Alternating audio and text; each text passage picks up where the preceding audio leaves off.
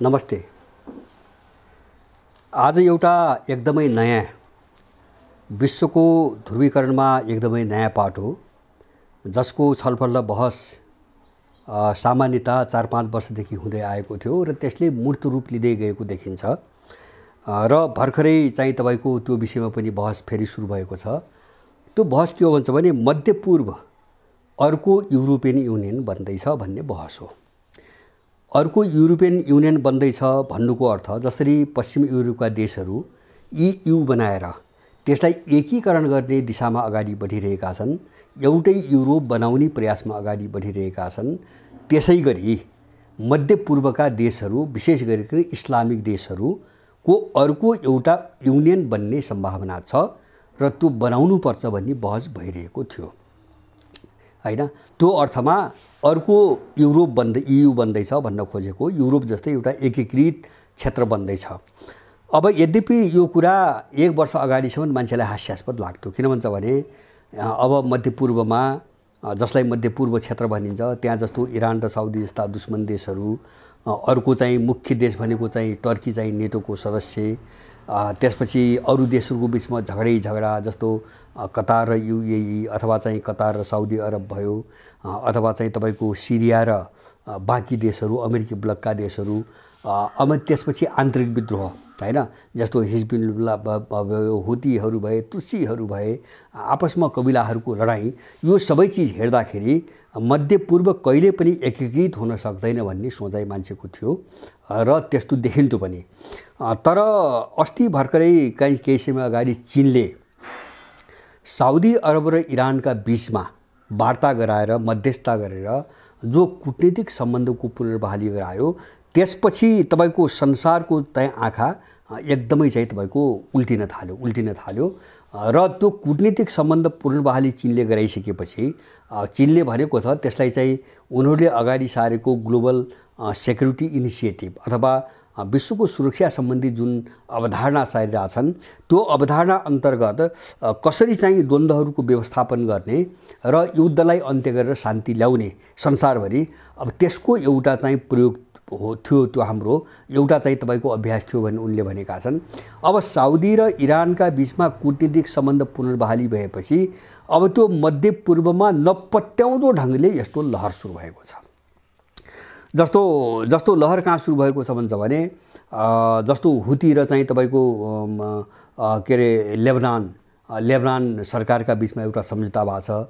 जस्तो हुतीहरूले नियमित रूपमा आक्रमण गर्थे लेबनान र साउदी अरबमाथि, साउदी र टर्कीका बीचमा भएको छ। भर्खरै यो 3 र 4 अप्रिलमा रुसको मध्यस्थतामा टर्की, सिरिया र इरानका बीचमा बैठक भएको छ हैन, सम्बन्ध पुनर्बहालीको बैठक भएको छ। र त्यसपछि अस्ति 2 दिन अगाडिको समाचार अनुसार ट्युनिसियाले सिरियासँग कूटनीतिक सम्बन्ध पुनर्बहाली गर्ने प्रक्रिया अगाडि बढाएको छ। यो सबै अमेरिकनहरूले, युरोपियनहरूले भाँडेका थिए। विशेष गरेर 2011 पछि सिरियालाई अरब युनियनबाट अलग थलग बनाएका थिए यिनीहरूले र त्यहाँबाट निकालेर पुरै अरब लिग, अरब युनियनलाई चाहिँ तपाईको के अरे चाहिँ तपाईको अरब युनियन मात्रै हैन, अरब त चाहिँ तपाईको अरब युनियन भनौँ, त्यसलाई चाहिँ पश्चिमाहरूले प्रयोग गरेका थिए। त्यो चाहिँ सबै टुटेर अहिले बिल्कुल एउटा पुनर्जागरणको चाहिँ तपाईको कोर्सतिर चाहिँ मध्यपूर्व अगाडि बढेको छ इस्लाम देशहरू। अब यो एउटा नयाँ ध्रुवको रूपमा लगभग चाहिँ तपाईको त्यसको तस्बिर देखास परिसकेको अवस्था छ। जस्तो अहिले चीन र रुसले भनेका छन् हाम्रो लडाईँ बहुध्रुवीय विश्वको निम्ति हो भन्ने जो भनेका छन्, र पुटिनले त के पनि भनेका छन् भन्दाखेरि इस्लाम जगत एउटा बेग्लै प्रकार, छुट्टै प्रकारको ध्रुवका रूपमा स्थापित हुन सक्ने सम्भावना छ हैन। अब जस्तो पश्चिम एसिया अथवा चाहिँ उत्तरी अफ्रिका लगायत त्यो वरिपरि जो इस्लामहरूको चाहिँ बाहुल्यता छ, त्यो एउटा क्षेत्र नै एउटा पावर सेन्टरको रूपमा, एउटा शक्ति केन्द्र, विश्वको शक्ति केन्द्रका रूपमा, एउटा ध्रुवको रूपमा उदाउन सक्ने सम्भावना छ र उदाउनु पर्छ भनेर पुटिनले पनि भनेका छन्। र अहिले चिनिया र रसियनहरूको प्रयास के छ भन्छ भने जो पश्चिमाहरूले छिन्न भिन्न बनाएर चाहिँ तपाईको चौपट बनाए जो इस्लामिक देशहरूलाई विभिन्न बहानामा, जस्तो सुदान उनले टुक्र्याए हैन, सुदानमाथि आक्रमण गर्यो अमेरिकाले बाराक ओबामाको पालामा। त्यसपछि सुदानलाई उनीहरूले टुक्र्याए, साउदी र इराकका बिचमा दुश्मनी खडा गरे। अघिल्लो चाहिँ शताब्दीमा इराक र चाहिँ इरानका बिचमा 8 वर्ष युद्ध गराए। सबैतिर यस्तै गरिरहेका छन्। यो चाहिँ यसबाट सिके पनि, जस्तो पश्चिमाहरूको अमेरिकनहरूको रवैया देख्दा यिनले सिके पनि त्यसमा पनि अहिले बाटो देखाउने र पहल मात्र हैन, त्यसको नेतृत्व गर्ने क्षमता भएका शक्तिहरूको उदय भइसकेपछि यी सबै देशले पश्चिमाहरूले गरेको अत्याचार र ज्यादतीबाट सिक्दै त्यसका विरुद्धमा एउटा घोषित अघोषित विद्रोहको आवाज उठाइरहेछन् हैन। जस्तो अफ्रिकनहरूले त भने खुल्यापमा, अफ्रिकनहरू अहिले लगभग सबै रुस र चीनी खेमामा सबै अफ्रिकन देशहरू गइसकेपछि अनि अफ्रिकनहरू डेमोक्रेसी पढाउन गए अफ्रिकामा हैन। हामी डेमोक्रेसी हौँ भने पढाउन गएपछि अफ्रिकनहरूले के भने, तिमी हत्याराहरू हामीले डेमोक्रेसी पढाउन आउने हैन, तिमी चाहिँ लुमुम्बाका हत्यारा, तिमी जो अफ्रिकाका लोकप्रिय नेताहरू थिए, जो चाहिँ उपनिवेशवाद विरुद्ध लडेका थिए, जस्तो लुमुम्बा भए। अब चाहिँ उनले होस्नी मुबारकलाई प्रयोग गर्दासम्म गरेर पुरै राजनीतिबाट पतन गराए। उनले कर्नल कद्दाफीलाई मारे, लुमुम्बालाई मारे हैन। यस्ता धेरै घटना भए अफ्रिकामा। यो कुरा अफ्रिकनहरूले अहिले धमाधम उठाइरहेछन् र अफ्रिकाभरि प्रचार भइरहेको छ। अब त्यसै गरेर इस्लाम जगत पनि उड्दैछ। जस्तो पश्चिमाहरूले हामीलाई विभाजित गरेर कसरी हाम्रो सम्पदा लुटे हैन, खाडीको तेल लुटे, एउटा त्यो उनले हेरिरहेका जन्म। हाम्रो स्रोतलाई हामीले प्रयोग गर्न नसक्दा, हामीले प्रयोग गर्न नदिएर उनले जो लुटेर लगे हैन, कसरी लुटेर लगे र कसरी हामीलाई विभाजित गरेर लडाए, त्यो कुरो अहिले सबैले अनुभव गरिरहेछन्। त्यसकारणले अब यो चाहिँ युरोप के अरे चाहिँ तपाईको मध्यपूर्व फेरि चाहिँ तपाईको युरोपियन युनियन जस्तै बन्दैछ अथवा यसको एकीकरण हुने सम्भावना छ भन्ने कुरा साउदी राजकुमार सलमान बिनले चाहिँ 2017 मै उठाएका रहेछन् हैन। त्यसले मूर्त रूप लिँदैछ अहिले हैन। जस्तो सबै लडाइएका देशहरू, इस्लामिक देशहरू सबै एक ठाउँमा जुटिरहेछन् र अनौठो दृश्य के हुन्छ भने सिरियालाई लगभग अमेरिकनहरूले तिरस्कृत बनाइसकेका थिए। इस्लामी जगतबाट एकदमै अलग थलग तिरस्कृत बनाइसकेका थिए, अरब युनियनबाट धकेलिसकेका थिए। ती सबै देशहरू अहिले पश्चाताप गरेर सबै सिरियासँगको सम्बन्ध पुनर्बहाली गर्ने पक्षमा गइरहेछन्। यतिसम्म कि तपाईँको टर्की पनि त्यो दिशामा गएको छ। अरू मात्रै होइन, अरू सामान्य देश होइनन्, नेटोको सदस्य र एउटा ठुलो शक्ति, नेटोको दोस्रो मिलिटरी शक्ति हो टर्की, दोस्रो ठुलो मिलिटरी शक्ति, त्यो पनि चाहिँ सिरियासँग सम्बन्ध पुनर्स्थापित गर्ने बाटोमा गएको छ। अब यस्तै खालको तपाईँको उभार हैन, जस्तो मध्यपूर्व एउटा छुट्टै एकीकृत इलाका बन्न सक्छ भन्ने जो पुनर्जागरण सुरु भयो, यो ल्याटिन अमेरिका र अफ्रिकामा सुरु भइसकेको छ। जस्तो अफ्रिकी एउटा छुट्टै युनियन बन्नुपर्छ र विश्वको एउटा पोल, एउटा ध्रुव बन्नुपर्छ। अहिले विशेष गरेर मिडियाहरूमा आएका समाचार अनुसार युवा प्रस्तावमा अत्यन्तै ठुलो दपत्याउँदो लहर छ। अहिले अफ्रिकामा एउटा जागरणको लहर छ हैन। उनले आफ्नो इतिहास कोट्याइरहेका छन् र पश्चिमाहरूको दासत्वबाट मुक्त हुनुको निम्ति एउटा ठुलो अभियान चलाइरहेछन्। ल्याटिन अमेरिकामा पनि त्यही हालत छ र अहिले सिङ्गो ल्याटिन अमेरिका जो बोलिभार थिए हैन, उपनिवेशवाद विरुद्धका एउटा ठुला क्रान्तिकारी नेता थिए ल्याटिन अमेरिकाका बोलिभारको चाहिँ एउटा बाटोमा सिङ्गो ल्याटिन अमेरिका चाहिँ तपाईँको अगाडि बढिरहेको छ। र ल्याटिन अमेरिकाको स्थिति त कस्तो छ भन्छ भने त्यसलाई अमेरिकनहरूले, संयुक्त राज्य अमेरिकाका मान्छेहरूले आफ्नो उपनिवेश ठान्थे। 1835 मा युरोपियनहरूसँग भएको सम्झौता अनुसार, जसलाई मुनरो डक्ट्रिन भनिन्छ, त्यो डक्ट्रिन अनुसार ल्याटिन अमेरिकामा अमेरिकाको एकलौटी तपाईको अधिकार कायम भयो र त्यसमा युरोपियनहरू पस्न नपाउने सहमति त्यही बेला भयो। त्यो बेलादेखि ल्याटिन अमेरिकालाई एउटा गोरुको रूपमा जोतिरहेको संयुक्त राज्य अमेरिका आज कुन ठाउँमा छ भन्छ भने ल्याटिन अमेरिकाका कुल 24 वटा देशमध्ये, ल्याटिन अमेरिका भन्नाले दक्षिणी अमेरिका र मध्य अमेरिका दुवै क्षेत्र पर्छन्। मध्य अमेरिका जसलाई क्यारिबियन क्षेत्र भनिन्छ, क्यारिबियन सागरको वरिपरि छन्, भित्र छन्। अब यो दुईटा क्षेत्रलाई मिलाउँदा 24 वटा देशहरू छन्। 24 वटा देशमध्ये 21 वटा देशहरू चीनको BRI प्रोजेक्टसँग जोडिएका छन् भने त्यो अमेरिका लगभग चाहिँ तपाईँको बढारिसकेको छ। र त्यसमा पनि थप अहिले के भयो भन्छ भने अहिले यो 2-3 वर्ष यता 2018 देखिको चुनाव, 22 सम्मको चुनाव हेर्दा, ब्राजिल सम्मको चुनाव हेर्दा ल्याटिन अमेरिकाका 13 वटा देशमा अमेरिका विरुद्ध लड्दै आएका, जसलाई या त वामपन्थी भनिन्थ्यो या मध्य वामपन्थी भनिन्थ्यो या चाहिँ अमेरिका विरोधी साम्राज्यवाद विरोधी भनिन्थ्यो। 13 देशमा त्यस्ता सरकारहरू बने। यो लहर ल्याटिन अमेरिकामा चलिरहेको छ। ल्याटिन अमेरिकामा एउटा ठुलो पुनर्जागरणको अभियान चलिरहेको छ। मध्यपूर्वमा पुनर्जागरणको अभियान चलिरहेको छ। इस्लामी जगत एकजुट हुँदैछ। अब अमेरिकाले जस्तो मैले भने टर्की र सिरियाका बीचमा जो अमेरिकाले सम्बन्ध टुटाएको थियो त्यो पुनर्स्थापित हुँदैछ हैन। र अब तर चाहिँ अहिले रुसले जो विशेष गरेर इरान पनि मध्यस्थकर्ता हो, जो मैले भने अहिले 4 र 5 फरवरी यो अप्रिलमा रुसमा बैठक भयो विदेश मन्त्रीहरूको, त्यो विशेष गरिकन चाहिँ तपाईको सिरिया र टर्कीका बीचमा भएको छ। रुस र इरान त्यस्तो मध्यस्थकर्ता भएर बसेका छन्। अब त्यहाँ केही समस्या छन्, जस्तो यो एकीकृत मध्यपूर्व जो बनाउने प्रयास भइरहेछ यो दिशामा दुई देशका बीचमा केही समस्या छन्। त्यो समस्या के छ भन्छ भने, जस्तो सिरियाको समस्या के हो भन्छ भने, सिरियामा टर्की सेनाहरूको उपस्थिति छ नेटोको नाममा। नेटो सघाइरहेछ नेटोको सदस्यको नाताले हैन।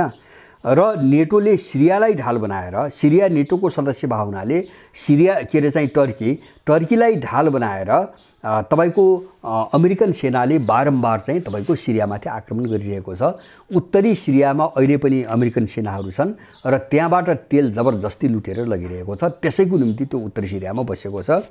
यो टर्की सेना अमेरिकालाई सघाउने गरी टर्की सेनाहरूको जो उपस्थिति छ यो अन्त्य हुनुपर्छ भन्ने सिरियाको माग छ। अहिले यो अन्त्य हुनुपर्छ, अमेरिकालाई बल पुर्याउनु हुँदैन भन्ने छ। अर्को चाहिँ सिरियाको माग के छ भन्छ भने, सिरियाको उत्तर भागलाई हैन यो पश्चिमाहरूको चाहिँ तपाईको बलमा 2011 पछि कुर्दिश विद्रोहीहरूले बाट कब्जा गराएका छन् र कुर्दिशहरूले चाहिँ उत्तरी सिरिया र दक्षिण टर्कीको एउटा ठुलो भूभागलाई मिलाएर कुर्दिस्तान भन्ने अलग देश बनाउने एउटा अभियान चलाइरहेछन्। त्यसको नेतृत्व पीकेके भन्ने एउटा समूहले गरेको छ।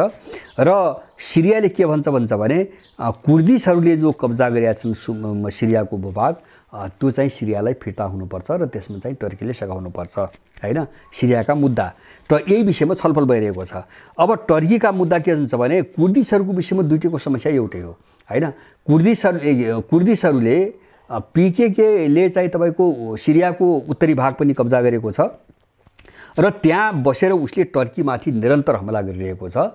टर्कीको दक्षिणी भागमा कब्जा गर्नको निम्ति टर्कीको माग छ पीकेके र त्यसको सिरिया शाखा हैन, जसलाई वाइपिजी भनिन्छ, सिरियामा बनाएको शाखा वाइपिजी, यसले उत्तरी सिरियामा जो उपस्थिति राखेर टर्कीमाथि हमला गरिरहेको छ यसको अन्त्य हुनुपर्ने, अथवा सिरियाले टर्किसहरूको जो चाहिँ चाहिँ पीकेके हरूको जो चाहिँ तपाईको आक्रमण छ यो चाहिँ रोक्नुपर्ने र तिनलाई त्यहाँबाट निकाल्नुपर्ने एउटा टर्कीको माग र चाहिँ कुर्दहरूलाई पीकेके कुर्दहरूलाई निकाल्नुपर्ने, कुर्दिस्तान बनाउन खोजिरहेका छन्। अर्को चाहिँ पीकेकेले जो अझ कुर्दिस्तान बनाउने हिंसा चलाइरहेका छ त्यसको अन्त्य मिलेर गर्नुपर्ने लगायतका कुरा टर्कीले उठाएको छ। मलाई के लाग्छ भन्छ भने यसमा असहमति हुने ठाउँ छैन। यो अहिले सहमति हुन नदिएको अमेरिकाले हो हैन, किन नेटोको सदस्यको नाताले टर्कीलाई प्रयोग गरिरहेछ। अहिले सिरियासँग सम्बन्ध सुधार भयो भने अब त्यहाँबाट पीकेके को रूपमा संगठित भएका हैन कुर्दहरू त्यहाँ टिक्न एकदमै असम्भवै हुन्छ। अब सिरिया र टर्की मिल्यो भने अमेरिकाले उनलाई त्यहाँबाट बचाउन सक्दैनन्। यसकै निम्ति चाहिँ तपाईको वार्ता भइरहेको छ।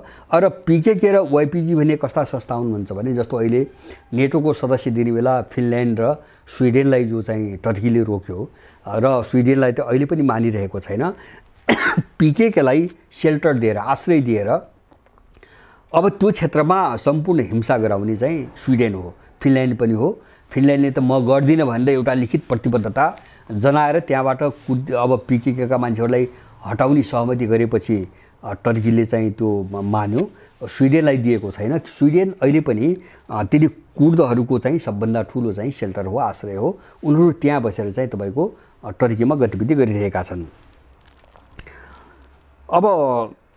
अब अर्को पाटो, जस्तो मैले एकीकृत चाहिँ मध्यपूर्व कसरी बन्दैछ भन्ने कुरा, एउटा त त्यहाँ सम्बन्ध जो बिगारेका देशहरू हुन् यिनी देशहरूको सम्बन्ध पुनर्स्थापना, जस्तो मैले भने टर्की, ट्युनिसिया, इरान र साउदी, चाहिँ अनि चाहिँ टर्की र सिरिया आदि इत्यादि सबै देशहरूको सम्बन्ध धमाधम पुनर्बहाली भइरहेछ।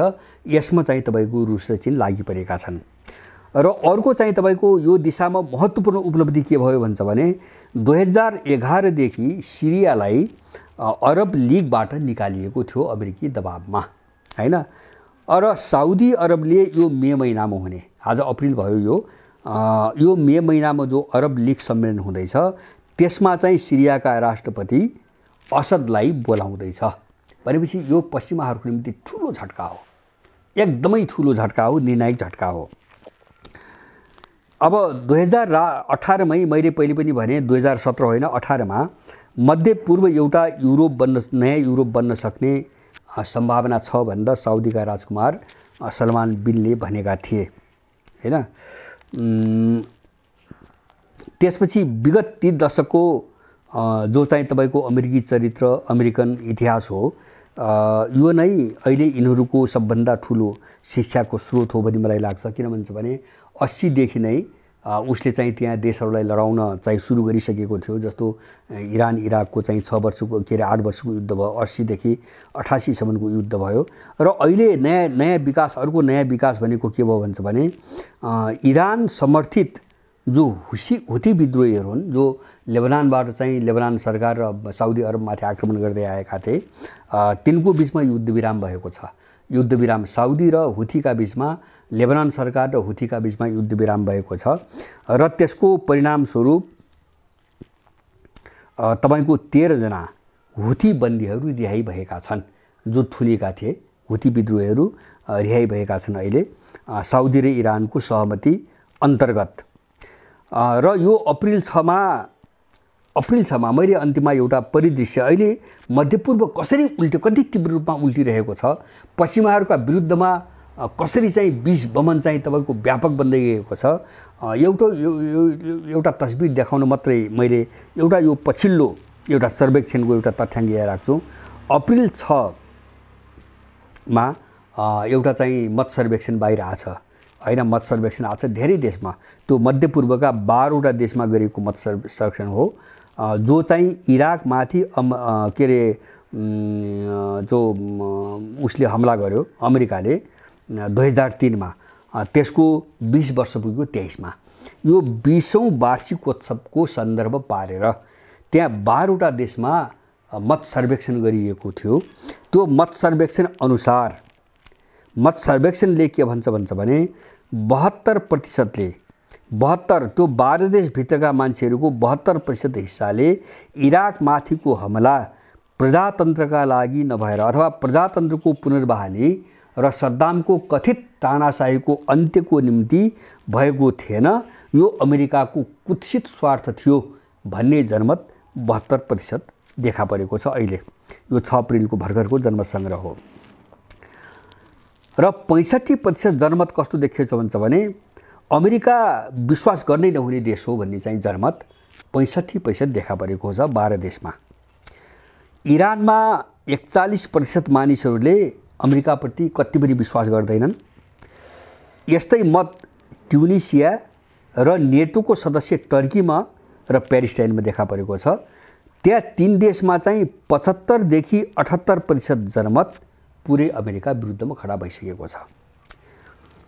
अब यो चाहिँ तपाईको पछिल्लो परिदृश्य हो भनेपछि यसबाट 2-3टा निष्कर्ष हामीले निकाल्नुपर्छ। एउटा चाहिँ तपाईको मध्यपूर्वको जनमत अमेरिका र युरोपका विरुद्ध एकदमै उल्टिसकेको छ, नम्बर 1। दोस्रो चाहिँ त्यहाँभित्र जो अन्तर्विरोध बनाएर उनीहरू खेलिरहेका थिए त्यस्ता सबै छिद्रहरू धमाधम चाहिँ तपाईको बन्द हुँदैछन्। रुस र चीनले बन्द गर्दैछन् र सबैको बीचमा मेलमिलाप र कूटनीतिक सम्बन्धहरूको पुनर्बहाली भइरहेको छ। र यसको उपज के हुन्छ भोलि भन्छ भने सिङ्गो मध्यपूर्व अथवा इस्लाम जगत एकजुट भयो भने यो विश्वको एउटा पोल बन्छ, एउटा शक्तिशाली ध्रुव बन्छ र त्यो चाहिँ सम्भव छ।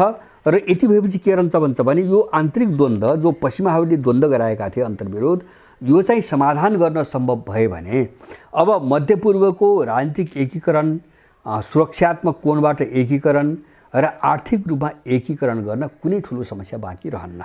त्यो एउटा नियम र नीति अन्तर्गत हुने कुरा हो। त्यो हुन्न। जसरी पश्चिमी युरोप एउटा चाहिँ युको रूपमा परिणत भयो, त्योभन्दा सजिलो छ, मलाई लाग्छ त्योभन्दा सजिलो छ मध्यपूर्वमा। किन उनीहरूको त लगभग सबै मिल्छ भनौँ न, जस्तो सभ्यता, संस्कृति, धार्मिक आस्थादेखि लिएर त्यो मात्रै होइन कि तपाईँको जलवायु, त्यसपछि चाहिँ तपाईँको उत्पादन आदि इत्यादि युरोपमा जस्तो विविधता छैन मध्यपूर्वमा। त्यसलाई एकीकरण गर्न सजिलो छ। यसले के देखाउँछ, संसारमा बिल्कुलै नयाँ खालको एउटा जब्बर ध्रुवको विकास हुँदैछ। त्यस्ता लक्षणहरू अगाडि आइसकेका छन्। आइसकेका मात्रै होइन, त्यो क्रमशः चाहिँ मूर्त हुँदै गइरहेछन्। यो चाहिँ अहिलेको पश्चिम विरोधी लडाइँमा अथवा एक ध्रुवीय विश्व जो भन्छन् पश्चिमाहरू, यसका विरुद्धको लडाइँमा एउटा ठुलो उपलब्धि हो। र मलाई के लाग्छ भन्छ भने, मेरो अनुमानमा जसरी साउदीको ढाडमाथि टेकेर अमेरिका एउटा विश्व शक्तिका रूपमा चाहिँ तपाईँको अगाडि बढ्यो, त्यो भनेको डलर हो। साउदी अरबले 1973मा डलरबाट मात्रै तेलको कारोबार गर्ने निर्णय गरिदिइसकेपछि संसारका सबै देशहरू डलरबाटै तेल किन्नुपर्ने बाध्यतामा पुगे र त्यसले बिस्तारै बिस्तारै डलरलाई सबै क्षेत्रमा व्याप्त बनायो। त्यही साउदी अरबले अब डलरको अन्त्य गर्दैछ। किन साउदी अरब ब्रिक्समा पनि जोडिसकेको छ, मैले भने ब्रिक्सको आफ्नो मुद्रा जारी हुँदैछ, त्यो विषयमा उनीहरूले छलफल अगाडि बढाइसकेका छन्। र चीनसँग पनि साउदी अरबले आफ्नो मुद्रामा चाहिँ व्यापार गर्ने निर्णय गरिसकेको छ। रुसमा पनि आफ्नै मुद्रामा व्यापार गरिरहेको छ। अब डलर अहिले ब्रिक्समा सामेल भएर अर्को मुद्रा तपाईँको जारी गर्ने बित्तिकै र मध्यपूर्वमा अमेरिकाले युरोपियनले लडाएर जुन फाइदा उठाइरहे त्यसलाई अन्त्य गर्ने बित्तिकै अमेरिकालाई कसैले केही गर्नु पर्दैन, अमेरिका स्वतः अन्त्य हुन्छ। डलर जाने बित्तिकै अमेरिकाको चाहिँ विनाश सुरु हुन्छ। यो दिशातिर मध्यपूर्वले निर्णायक भूमिका खेल्दैछ र त्यो सपना, उनीहरूको त्यो सपना पुरा हुन्छ भन्ने चाहिँ मलाई लाग्छ। यो हाम्रो निम्ति साह्रै सकारात्मक परिघटना हो। हस्, धन्यवाद।